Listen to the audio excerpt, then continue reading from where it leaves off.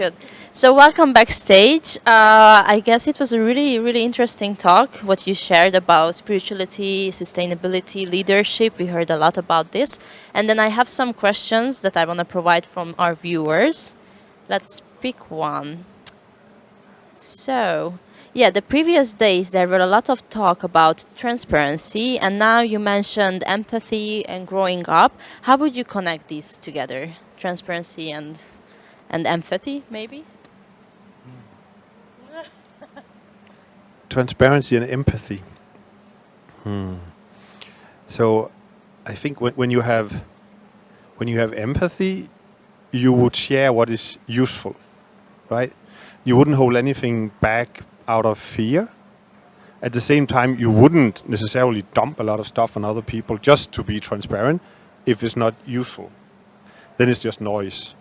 So I think it will have to start from a point of how can I be useful in this situation? How can I help the other person or whoever it is that you are interacting with in this regard? And then be transparent, to be authentic in any way you can. Yeah, I think you covered really pretty much. We hope it satisfied the viewers. And then there's just a comment. Thank you for the question.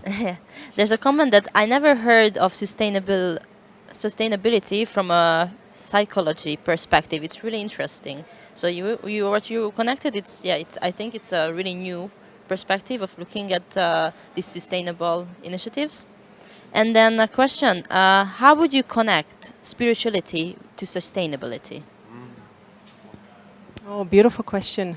And actually, if I can add to the last one, transparency implies that it's a thinking exercise or strategy of what should I say versus what should I hold back.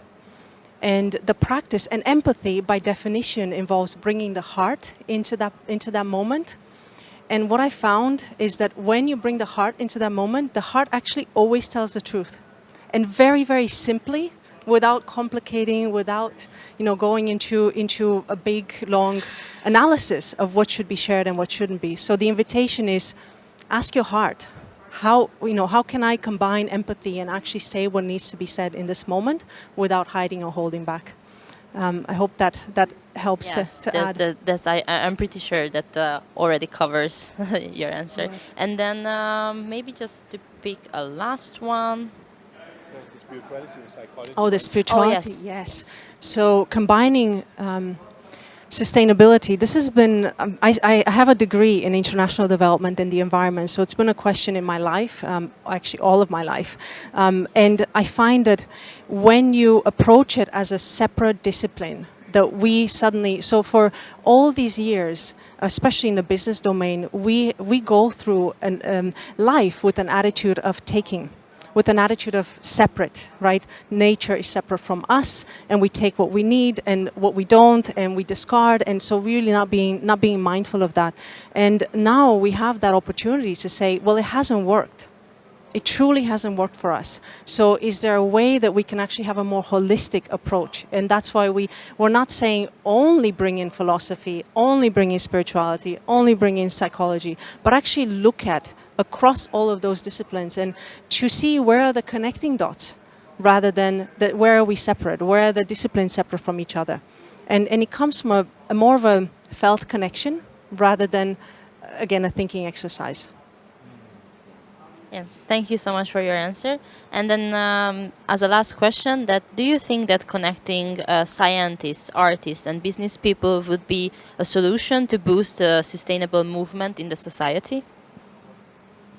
I would say yes, definitely. And this is our little contribution to share that idea.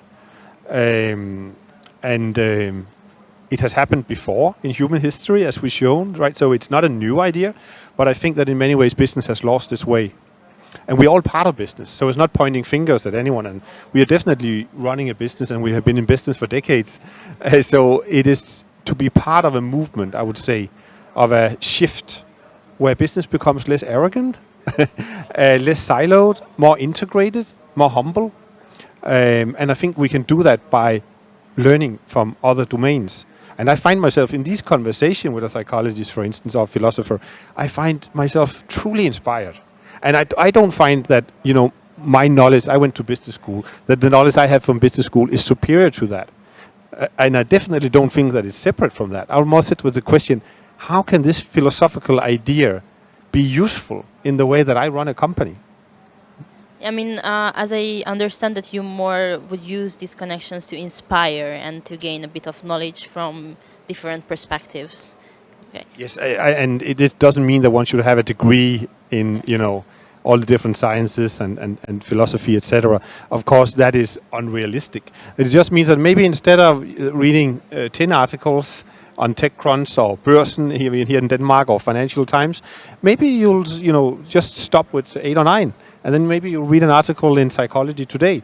Maybe the next event you will go to is a philosopher sharing some ideas like that.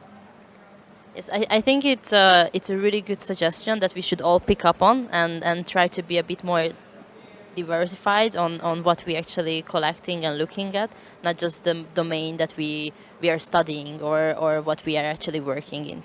So thank you so much for being here. Thank you for sharing this amazing presentation with us and answering the questions. So hope to see you next year. Thank you for having us. Yeah, thank you. Bye.